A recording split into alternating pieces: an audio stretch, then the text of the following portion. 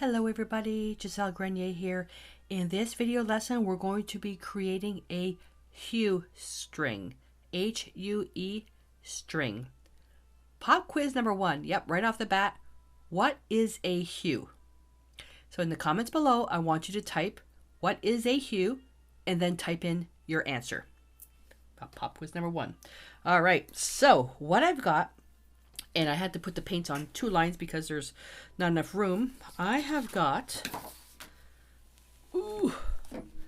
my entire, I've got my limited palette and then a couple of extras. So what I have is the Decor Traditions, my 2 greens, 2 blues.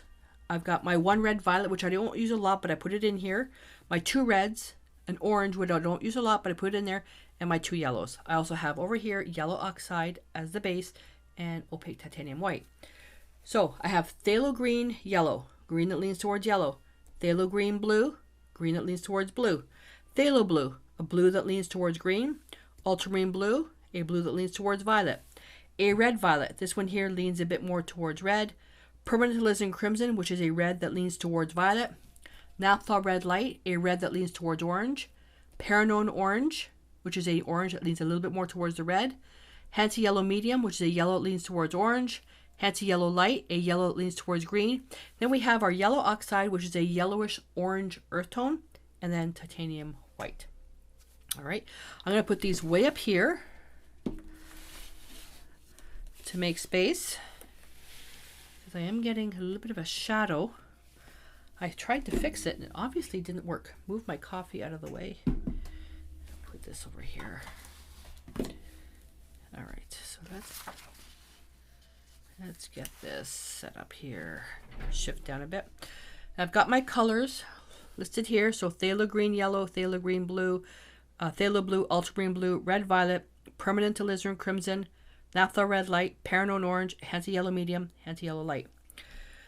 So at this point, you really should have your a good understanding where these colors sit on the color wheel, their transparency versus opacity, their lightness versus darkness. So you should have a good understanding on those if you've been doing the lessons. One thing to keep in mind is that when it comes to permanent alizarin crimson, you should always be using a substitute, never the pure alizarin crimson, because that's fugitive. It'll fade quickly over time. So this one here, when we do this mix, it's going to be dependent on the brand that you're using. Same thing with orange. I'm using Paranone orange. You may be using something else. You may be using cadmium orange, the pure one. You may be using cad orange hue, which is a substitute. You know, I'm using Handsy yellow light and Handsy yellow medium, which are more semi-transparent. You may be using pure cadmium yellow medium and cadmium yellow light, which are opaque. You may be using cad yellow medium hue. You may be using cad yellow dark. I don't know what you're using. So keep in mind, doing the lessons, don't try to color match exactly what I'm doing. Look at the work that you're doing. All we're doing is basically creating a hue string. Yellow oxide as our base. We're adding a little bit of the color that's in our limited palette to see what we get as our pure, which is going to go up on the first row. Then add white to create our value string. You've had enough experience with the value string. I'm not going to go all the way down to save time because this is a longer lesson. I'm only going to create 1 or 2 values depending on the mood I'm in. All right, so let's get started. I'm going to take yellow oxide, going down here, and add a speck. Always start with a speck. You could always add more. I want yellow oxide to be the dominant color. And you're going to put that color up here.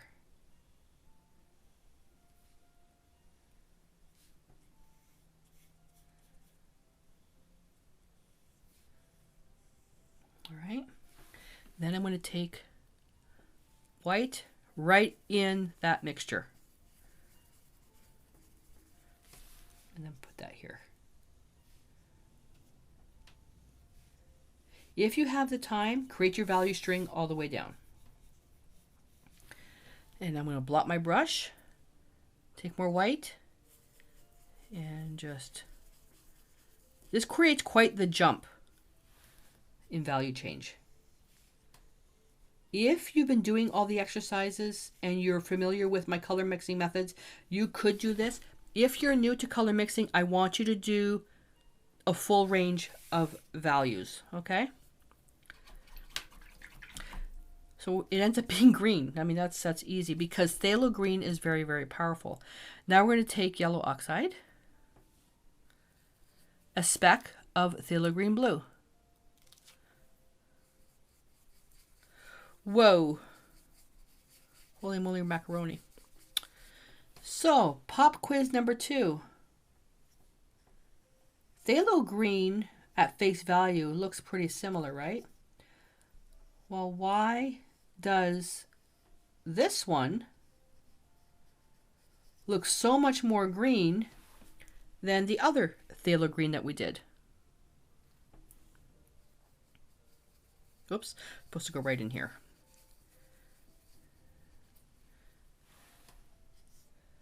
Why does this mixture look so much more green than the other one?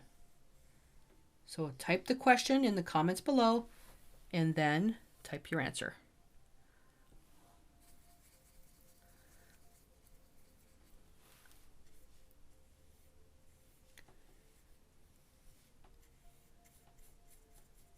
When you see the values that are made with this, you can get some nice ideas of what you can do. All right, so next one, yellow oxide with a speck of phthalo blue.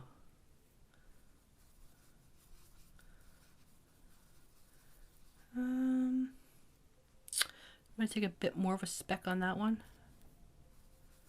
There we go. Doesn't take much. Yellow oxide and phthalo blue.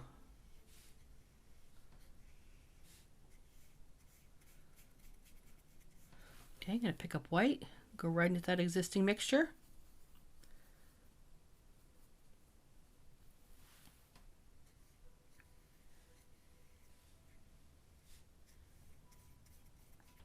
And then what you're going to do is if you're new to color mixing, you're going to basically then blot your brush, add white, blot the brush, add white, you're going to create your values. If you've been doing color mixing with me for a while, very experienced with color mixing, blot your brush, pick up white, and just go right on the side. This will get you the lightest, one of the lighter values. But please don't skip the value string because you think you know it. If you know it, fine, but if you just think you know it, do the work, please. Please, please, please do the work. You're only robbing yourself. All right.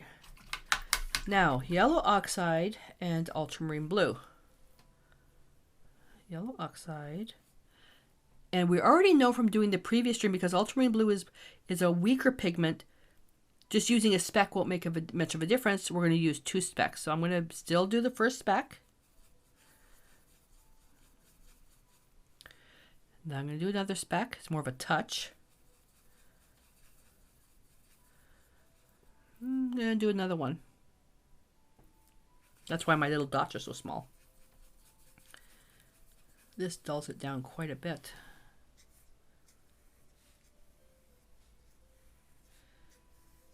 Pop quiz. I think we're on pop quiz number 3 now, I think. Looking at yellow oxide and ultramarine blue.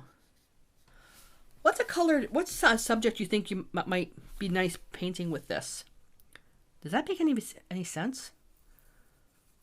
What's a subject you could use this color to paint? There we go.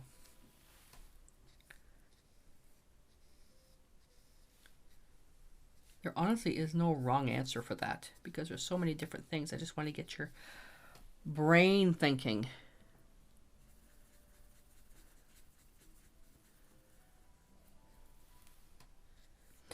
Now, the next series that's coming up, we'll work with raw sienna. We're going to be doing some comparisons with yellow oxide and raw sienna because they're similar. All right, so you're going to type the question, what are some of the subjects you can paint using the yellow oxide ultramarine blue mixture, and then you can type in your answer. All right, so now we're going to get into yellow oxide and red violet. You may just have alizarin crimson, that's fine. If you don't have a red violet, make one to mix with yellow oxide. I'm going to take a speck. I'm not going to tell you how to do that because we've already covered that in a lesson. Just make sure you put a note in here that it's a mix. This is much brighter than the other ones.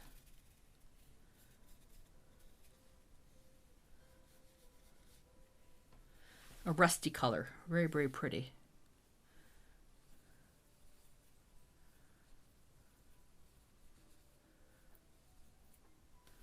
Do I hear cringing in the background? Is she going to ask another pop quiz question? Yeah, I am. Okay, I think pop quiz number 4. So what do you think is the reason why using the red violet I'm using, why do you think that this color that I'm using is making this brighter? And I'm not going to tell you what red violet I'm using because I covered that in a previous lesson.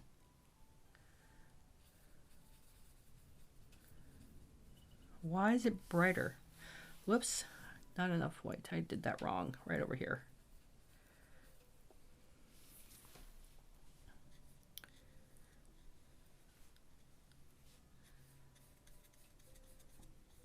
Okay, you see the different things that you can, I mean, these are really, really pretty, and I can see here, you could use this for a skin tone. You really could. You could use this for an olivish skin tone. Yellow oxide and permanent alizarin crimson. I'm going to take a speck. Why do I see... Oh, you know what? I picked up the wrong color. Shoot. Oh, I picked up the wrong color. Okay.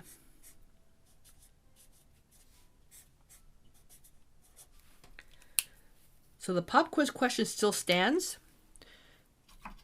So why did the mixture, instead of red violet, permanent alizarin crimson make? Why it's so bright? Good Lord.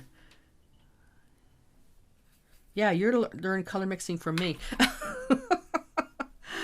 I'm going to have to make another mixture because I picked up too much red violet there. Take a speck.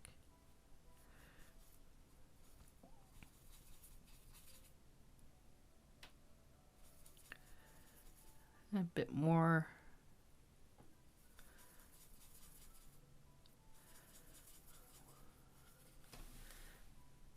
That's better.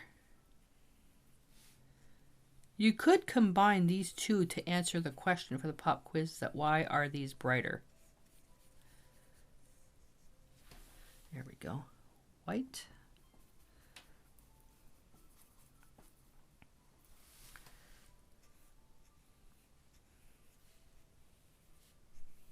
Now the one that I made here, that's gonna be completely dependent on what you're using for your crimson.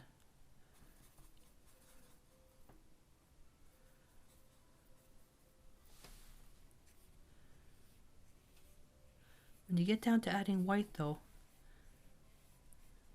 it's really nice. Okay, so reversing.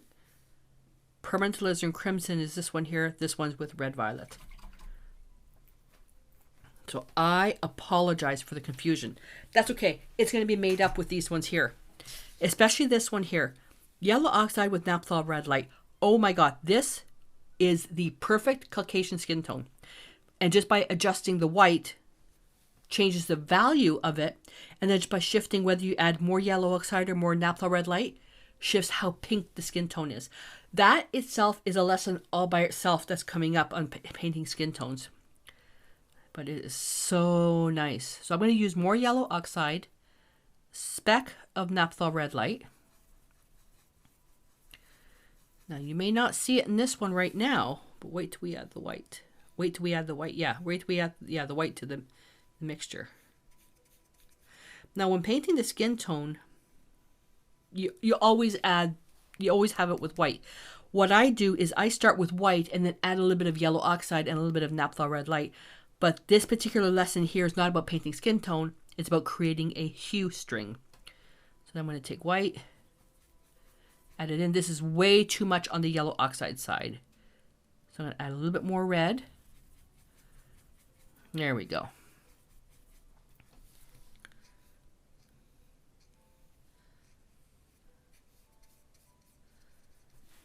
Wipe the brush, pick up white.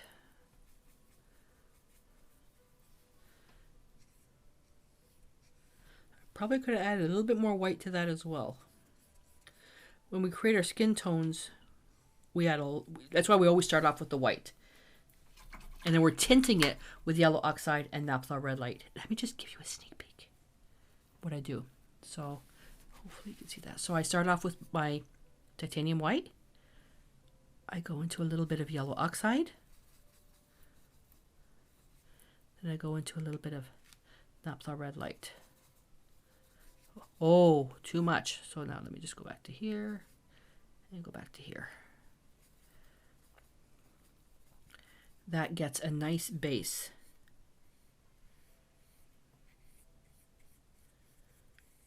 That's a nice base. And then from there, I'm going to wipe my brush, just go in with white. And then for a skin tone that's in light, you go like that. And if it's in more light, if it's warm light, you warm it up with a bit more of the red or even the yellow. If it's a cool light, so let's say it's next to a tree or something, then you can then go in with a bit more of the blues. That, again, like I said, it's coming up in an upcoming lesson, so don't worry. Yellow oxide with Paranoid Orange, Speck.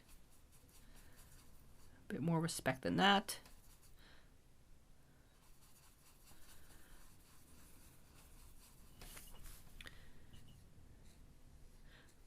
Oops, I didn't quite blot my brush well enough. Hopefully I can get it before the bead of water comes down. There we go. White.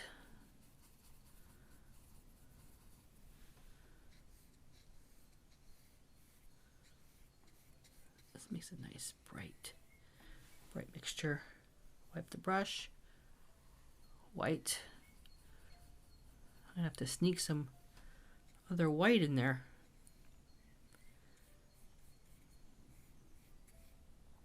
If you don't have white, use gesso. But if you're going to use gesso, use it for the entire chart. Don't use titanium white for part of it and then gesso for the other part. It's going to have a different finish to it.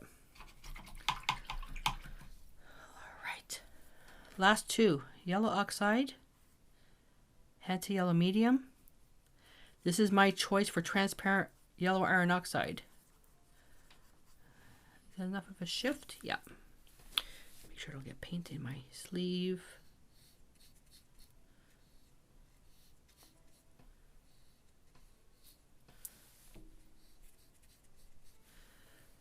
Let's sneak the white from here.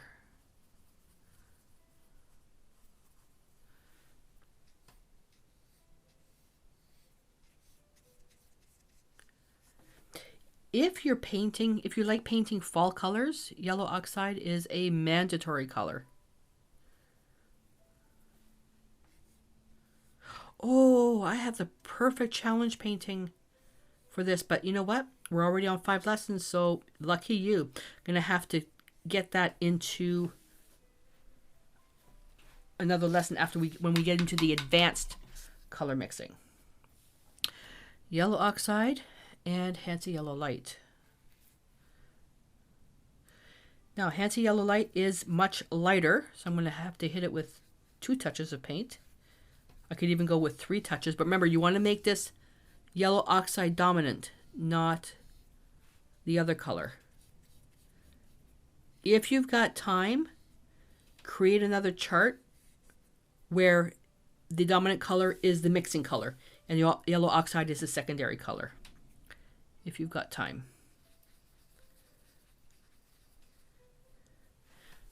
And please don't think of it as wasting paint. It's education. Just to think of what it would cost you to take a color theory class in school. I know what I paid for it.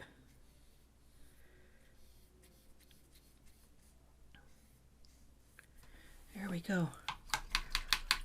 Look at all those colors. Whoa. And then you can go further with the color string to really extend it. But I really wanted to give you an idea of creating a hue string by taking yellow oxide as a dominant color with the mixing color, which is the colors in your palette. Now, you may not have these exact same colors. Just make sure you document whatever it is to create your string. And you should get something from a yellow that leans towards green, goes up to more orange, and then more yellow. So where it leans on the color wheel follows the color wheel as well. And I have to apologize again for screwing up the order of these two. I was wondering, I thought when I did this one, I'm going, that's awfully bright. Did I pick up orange by mistake? so these are flipped. Okay, just make sure. And actually what I'm going to do is I'm going to do this. Sorry. There we go. Alrighty. So a few pop quiz questions in there, and you've got your homework assignment now. So this is yellow oxide. So we are done with yellow oxide in our painting series. The next one that's coming up is raw sienna. We're going to go through the exact same exercises, but raw sienna is different, and it's important to go through raw sienna as well, because not only is it a bit of a different color to use, it's a bit more of an earthy. You can, in an emergency, use it as an alternative to yellow oxide. So yellow oxide and raw sienna can be used in an emergency, substitutes for each other. But raw sienna, if you're into painting pet portraits, dogs, golden hair and that, raw sienna is a nice color that's more of an earthy, brownish, and it's more transparent as well. So that can give you an idea of some stuff that you can experiment with. All right, so finished. So until I see you in the next series, stay inspired.